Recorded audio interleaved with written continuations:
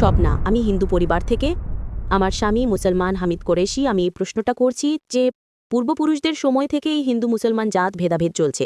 তো আপনি বলেন যে হিন্দু মুসলিম আলাদা আলাদা নয়, এরা সব এক। আমি মানি, কিন্তু ব্যাপারটা হলো যখন কোনো হিন্দু বাচ্চা হয় তখন তাকে হিন্দু রীতিতে বরণ করা হয়, মুসলিম বাচ্চা হয় মুসলিম রীতিতে বরণ করা হয়, যেমন তার কানে আজান দেওয়া হয়। আর যখন হিন্দু বাচ্চা হয় তার নাম কৃষ্ণ বা রাম নাম রাখা হয়। যাকে যেরকম শিক্ষা দেওয়া হয় সে সেরকমই শিক্ষা পায়। যেমন আমাদের শেখানো হয়েছে ছোটবেলা থেকে ভগবানকে মানতে, আমরা ভগবানকে মানি। আমরা মুসলমান ধর্মকেও মানি, এমন নয় যে মানি না। আমাকে যেরকম শিক্ষা দেওয়া হয়েছে সেই শিক্ষাকেই আমি মানি। কিন্তু আপনি বলেন যে মুসলিম সঠিক আর হিন্দু ভুল, এমনটা কিভাবে বলতে পারেন? পূর্বপুরুষরা এত বড় মানুষ ছিলেন, তারা অনেক কিছু জানতেন। আমি আপনার সাথে তর্ক করতে পারবো না, কারণ আপনি অনেক কিছু জানেন আর আমি কিছুই জানি না। আমাদের বাবা দাদারা এসব দেখে এসেছেন এবং আমরাও দেখেছি যে আমরা গুরুজন, তাদের আমি সম্মান করি। তিনি আমার সাথে তর্ক করতে চান না, আমিও আপনার সাথে তর্ক করতে চাই না। করতে পারবো না কারণ আমার অত শিক্ষা নেই, অতটা বলতে পারবো না, তাই না? বোনের প্রশ্ন হলো যে আমি বলি হিন্দু মুসলিম এক, কিন্তু যে হিন্দু পরিবারে জন্মায় তাকে হিন্দু শিক্ষা দেওয়া হয়, যে মুসলিম পরিবারে জন্মায় তাকে মুসলিম শিক্ষা দেওয়া হয়। তাহলে এটা কিভাবে বলা যায় যে মুসলিম সঠিক আর হিন্দু ভুল? এটা কি বোন আপনি বলছেন আপনার শিক্ষা কম? আমি আপনাকে জিজ্ঞেস করতে চাই 2+2 কত হয়? 2 আর 2 কত হয়? 2 আর 2 কত হয়? 2 আর 2 কত হয়? 4 হয়। মাশাআল্লাহ। তাহলে বলবেন না যে আপনার শিক্ষা নেই। যদি গ্রাম থেকে কোনো মেয়ে এসে বলে আর বলে যে আমার বাবা আমাকে শিখিয়েছেন 2+2 5 হয়, তাহলে আপনি কি বলবেন তাকে? 4 হবে, 5 কিভাবে হবে? 4 হবে 5 কিভাবে হবে? তোমার বাবা অঙ্ক জানতেন না। সে যদি বলে না আমার বাবাই শিখিয়েছেন, আপনি কি তাকে বলবেন আচ্ছা ঠিক আছে 2+2 4ও হয় আবার 5ও হয়? এটা বলা ভুল। দুটোর মধ্যে অনুসন্ধান করতে হবে কোনটা সঠিক, সেটার উপরে আমল করি। না না, আমি কি চাই হিন্দুও সঠিক মুসলিমও সঠিক, 2+2 4ও সঠিক, 2+2 5ও সঠিক। আপনি তো মাশাআল্লাহ অনেক জ্ঞানী, আপনি জানেন 2+2 4 হয়। কত লোকেরা জানে না 2+2 4, তারা বলে 5 হবে। যেহেতু খোদা আপনাকে জ্ঞান দিয়েছেন, বুদ্ধি দিয়েছেন, আপনার দায়িত্ব হলো তাকে বলবেন বোন 2+2 5 নয়, 2+2 4 হয়। তখন সে হয়তো বলবে আচ্ছা আচ্ছা দুটোই ঠিক। আপনি বলবেন না দুটো ঠিক নয়, 2+2 4ই হয়, 5 ভুল। একইভাবে যদি কারো বাবা মা তাকে ভুল শিখিয়ে থাকেন যে মূর্তি পূজা করতে হবে, অথচ হিন্দু ধর্মগ্রন্থে বলা হয়েছে মূর্তি পূজা ভুল, তাহলে যার কাছে জ্ঞান আছে, আমি একজন ছাত্র, ইসলামও অনেক ধর্মের, তো যেহেতু আমার জ্ঞান আছে আমি অবশ্যই সেসব লোকদের বলবো যারা ভুল বলছে সঠিক জিনিসটা অনুসরণ করুন। আমি আপনার সাথে বিতর্ক করব না। কিন্তু যারা জ্ঞানী লোক হিন্দু ধর্মের, খ্রিস্টান ধর্মের, ইসাই ধর্মের, এটাকে বলে ডায়লগ। আমি স্টুডেন্ট আর তারা পিএইচডি ডক্টর। আমি মেডিকেলের ডক্টর, ধর্মের ডক্টর নই। তাদের সাথে সংলাপ করি, আলোচনা করি, বিতর্ক করি। আমি যদি ভুল হই আমাকে ভুল প্রমাণ করুন, আমি নিজেকে বদলাতে রাজি আছি। আপনি আমাকে প্রমাণ করুন যে আমি যা বলছি তা ভুল, আমার ধর্ম ভুল, আমি আপনার ধর্ম গ্রহণ করতে প্রস্তুত আছি। Open challenge. আমি কেন বলছি? কারণ আমি ইসলাম ও কয়েক ধর্মের এক সাধারণ ছাত্র। 19 বছর পর্যন্ত আমার পরিবার মুসলিম ছিল, তাই আমিও ছিলাম। 19 বছর পর যখন গবেষণা শুরু করলাম তো জানতে পারলাম যে আমি সঠিক ধর্মে আছি। তারপর অন্য ধর্ম সম্পর্কে জানতে শুরু করলাম যে সব ধর্মেই ভালো কথা আছে। প্রত্যেক ধর্মের কিতাবে পরিবর্তন আসার পরেও, দুর্নীতি আসার পরেও এই সঠিক কথা লেখা আছে যে ঈশ্বর এক, তিনি ছাড়ার কারো ইবাদত করা উচিত নয়। এর মানে কি আমাদের গুরুজনেরা যে শিক্ষা দিয়েছেন তা ভুল? কিছু জিনিস সঠিক, আবার অনেক কিছু ভুল। আমি আপনার বড় থেকে বড় গুরুর সাথেও বিতর্ক করেছি। একজন আপনাদের হিন্দুস্তানের মান্যগণ্য শ্রী শ্রী রবিশঙ্করের নাম শুনেছেন? হুম। শ্রী শ্রী রবিশঙ্কর শুনেছেন? ওনারা যেমন বই পড়েই জানেন, আপনিও বই পড়ে জানেন, আসলটাকে দেখেছে?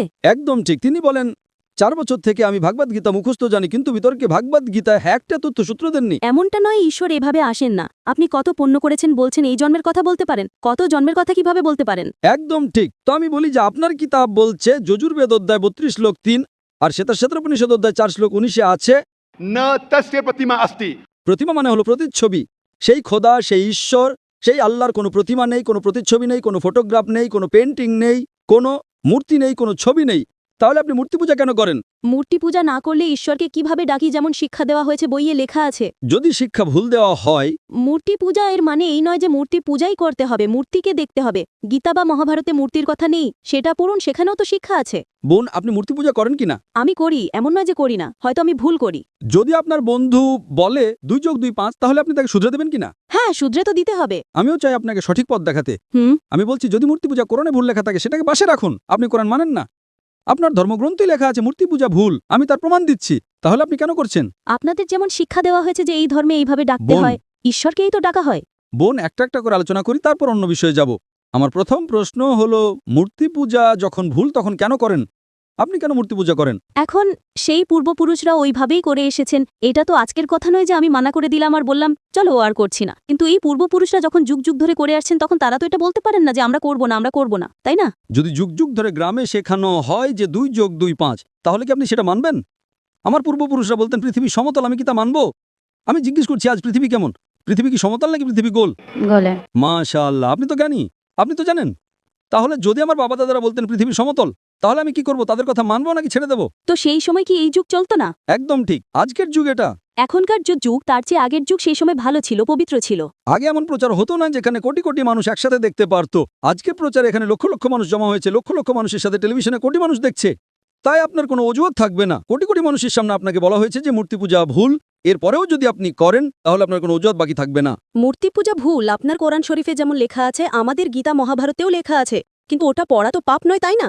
আমি কখন বলেছি যে গীতা পড়া ভুল? আমিও গীতা পড়ি, আমি বাইবেলও পড়ি, আমি ইহুদিদের কিতাবও পড়ি, আমি বেদও পড়ি। আপনি কতটা পড়েছেন আমি জানি না, আমি পড়িনি, আমি একজন অশিক্ষিত সাধারণ মানুষ। কিন্তু আমি পড়েছি। হ্যাঁ, এই জন্যই আমি আগে বলেছি আপনার সাথে তর্ক করতে পারবো না, আপনার সমকক্ষ হওয়াও আমার কাজ নয়। হ্যাঁ, তো আমি আপনার সাথে তর্ক করছি না, আমি শুধু অনুরোধ করছি। কিন্তু আমি এটা বলতে চাইছি না আমাদের পূর্বপুরুষরা যা করে এসেছেন সেটা কি ভুল? এজন্যই তো বললাম, আমার পূর্বপুরুষরা বলতেন যে পৃথিবী সমতল, দুনিয়া সমতল। আমি সেই পূর্বপুরুষদের কথা কি মানব? আমি পূর্বপুরুষদের সম্মান করব, তারা আমার বড় ছিলেন, আমার বাবা দাদা ছিলেন। সম্মান করার মানে এই নয় যে তাদের সব কথা মানতে হবে। যদি আমার পূর্বপুরুষরা বলতেন 2 যোগ 2 5, তাহলে কি মানব? না। আমি শ্রদ্ধার সাথে আচরণ করব, আমি তাদের গালি দেব না, আমি তাদের অসম্মান করব না, ভালোবাসার সাথেই বলবো, কিন্তু বলবো যে আপনি ভুল। হুম। আর যদি নাও বলি, অন্তত আমার জীবনে সেটার ওপর আমল করব না। হুম। আমি জিজ্ঞেস করতে চাই যে যখন আপনার ধর্মগ্রন্থ বলছে আপনার স্বামীর কিতাব, হুম। আপনি তো আপনার স্বামীকে বিয়ে করেছেন, তাই না? হ্যাঁ। লাভ ম্যারেজ ছিল? হ্যাঁ। हाँ ঠিক ছিল না ভুল ছিল সেটা অন্য কথা, কিন্তু যখন আপনি আপনার স্বামীকে এত ভালোবাসেন, আপনার স্বামী আপনাকে ভালোবাসেন কিনা? হ্যাঁ। করেন তো? হ্যাঁ। আমি আমার স্ত্রীকে খুব ভালোবাসি, আমি আমার স্ত্রীকে সবচেয়ে বেশি ভালোবাসি। আপনার স্বামী আপনাকে ভালোবাসেন, তিনি কি চান না যে আপনি জান্নাতে যান? না। আপনি কি চান যে আপনার স্বামী জান্নাতে যাক? যাক কিনা? হ্যাঁ। তাহলে আমি জিজ্ঞেস করি, যদি একটা গাড়ি থাকে আর সেই গাড়িটা যখন চলে, তার একটা চাকা সাইকেলের আর আরেকটা চাকা ট্রাক্টরের, গাড়িটা চলবে কি? না। চলবে না, ভারসাম্যহীন। এজন্য আমাদের দেখা উচিত কোনটা একটা সঠিক। 4 টায়ার যদি লাগিয়ে দেয় সাইকেলের, তাহলে হয়ে যাবে হাত গাড়ি। যদি ট্রাকের টায়ার লাগাই, হয়ে যাবে ট্রাক। তাই আমাদের এটা অনুসন্ধান করা উচিত। আমি এটা বলছি না যে চোখ বন্ধ করে আপনি আপনার স্বামীর কথা মেনে নিন। শিক্ষিত হওয়া জরুরি নয়, কিন্তু বুদ্ধিমান প্রজ্ঞাবান হওয়া জরুরি। আমাদের শেষ নবী মুহাম্মদ সাল্লাল্লাহু আলাইহি ওয়াসাল্লাম, তিনিও নিরক্ষর ছিলেন, কিন্তু সবচেয়ে জ্ঞানী ছিলেন। তো আমি আপনাকে জিজ্ঞেস করছি, যখন স্পষ্টভাবে আপনার বইয়ে, হিন্দু ধর্মগ্রন্থে এবং কোরআনে লেখা আছে, তখন আপনার পূর্বপুরুষরা যদি ভুল কথা বলতেন, তাহলে কি আপনার সেই ভুল জিনিসের ওপর আমল করা জরুরি? না। তাহলে আপনি কেন মূর্তি পূজা ছাড়েন না? আপনি বলেন আপনি আপনার স্বামীকে ভালোবাসেন কিনা সেটা একটা প্রশ্নচিহ্ন। এটা বাহ্যিক ভালোবাসা। সত্যিকারের ভালোবাসা হলে আমি চাইবো যে এই দুনিয়াতেও এবং আখিরাতেও আমার স্ত্রী আমার সাথে থাকুক। আপনি কি চাইবেন না যে আপনার স্বামী আপনার সাথে থাকুক? চাইবেন কিনা? হ্যাঁ। তাহলে আপনি কি এটা অনুসন্ধান করবেন না যে কে সঠিক, আপনার স্বামী নাকি আপনি? কারণ আপনার হিন্দু ধর্মগ্রন্থ লেখা আছে এটা হারাম। ইয়া। তাহলে আপনি কি মূর্তি পূজা ছাড়তে প্রস্তুত? হ্যাঁ। মাশাআল্লাহ। আপনি কি মানেন যে খোদা এক? হ্যাঁ। আপনি কি মানেন মূর্তি পূজা ভুল? হ্যাঁ। ভুল। আপনি কি মানেন যে মুহাম্মদ সাল্লাল্লাহু আলাইহি ওয়াসাল্লাম শেষ নবী? হ্যাঁ। হ্যাঁ। মাশাআল্লাহ। এর মানে আপনি মুসলিম? হ্যাঁ। হ্যাঁ। স্বামী মুসলমান হলে স্ত্রীও মুসলমানই হয়। কি? স্বামী মুসলমান হলে স্ত্রী মুসলমানই হয়।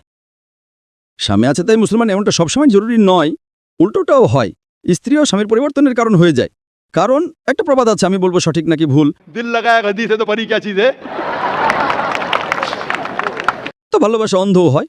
আমার উর্দু অতটা ভালো নয়, সব কবিতা পাবলিকের জন্য নয়। তো আমি বলতে চাই, আপনি তো বিয়ে করেছেন, ভালোবেসেছেন, কিন্তু বাস্তবে আপনি যদি মূর্তি পূজা ছাড়তে প্রস্তুত থাকেন, এক খোদাকে মানতে প্রস্তুত থাকেন এবং এটা মানতে প্রস্তুত থাকেন যে মুহাম্মদ সাল্লাল্লাহু আলাইহি ওয়াসাল্লাম শেষ নবী, তাহলে আপনি নিজেকে মুসলিম বলতে পারেন। হ্যাঁ, আমি তো মুসলমানই। মাশাআল্লাহ। তাহলে আপনি মানেন যে খোদা এক? হ্যাঁ। আপনি মানেন মূর্তি পূজা ভুল? হ্যাঁ। ভুল। আপনি মানেন যে মুহাম্মদ সাল্লাল্লাহু আলাইহি ওয়াসাল্লাম শেষ নবী? হ্যাঁ। মাশাআল্লাহ। আপনাকে কেউ জোর করছে ইসলাম গ্রহণ করার জন্য? না, না, আমাকে কখনো কেউ জোর করেনি। কত বছর আগে আপনার বিয়ে হয়েছে? এখন 8-9 বছর হয়ে গেছে। 9 বছর হয়ে গেছে। আপনার স্বামী জোর করেননি। ঠিক করেছেন না ভুল করেছেন সেটা পরে আলোচনা করা যাবে, কিন্তু আজকে আপনি নিজের মন থেকে ইসলাম গ্রহণ করতে চান। হ্যাঁ। আপনার উপর কোনো চাপ নেই? না। আপনি মন থেকে করতে চান? হ্যাঁ। ইনশাআল্লাহ। আমি আরবিতে বলবো আর আপনি তা পুনরাবৃত্তি করবেন। अशहदु আশহাদু अल्लाह ইয়াল্লাহ इलाहा ইলাহা इल्लल्लाह ইল্লাল্লাহ व अशहदु ওয়া আশহাদু अन्ना আন্না मुहम्मदन মুহাম্মাদান अब्दुहु আবদুহু व रसूलुहु। বরফুলো মাশাআল্লাহ। মাশাআল্লাহ। আপনি মুসলমান হয়ে গেছেন, আপনি 9 বছর পর মুসলমান হয়ে গেছেন। আমি অনুরোধ করব যে আপনি ইসলামের জ্ঞান অর্জন করেন, কোরআন অনুবাদের সাথে পড়েন আর সেটার উপর আমল করেন। আপনার এই শাহাদাত আমার গতকালের বয়ানকে সম্পূর্ণ করেছে। আমি বলেছিলাম জ্ঞান 2 পৃথিবীর জন্য। সেই জ্ঞান আপনি পিএইচডি করেন, টিচার হন, প্রফেসর হন, কিন্তু আপনার রবের দিকে নিয়ে আসবে না, আপনার সৃষ্টিকর্তার দিকে নিয়ে আসবে না। সেই জ্ঞান দিয়ে কি লাভ? আপনি সেই প্রফেসরের থেকেও উত্তম যার জ্ঞান তার রবের দিকে নিয়ে আসছে না। আমি আপনাকে ধন্যবাদ জানাই আর আল্লাহর কাছে দোয়া করি আপনাকে এই দুনিয়ার আখিরাতে ইনশাআল্লাহ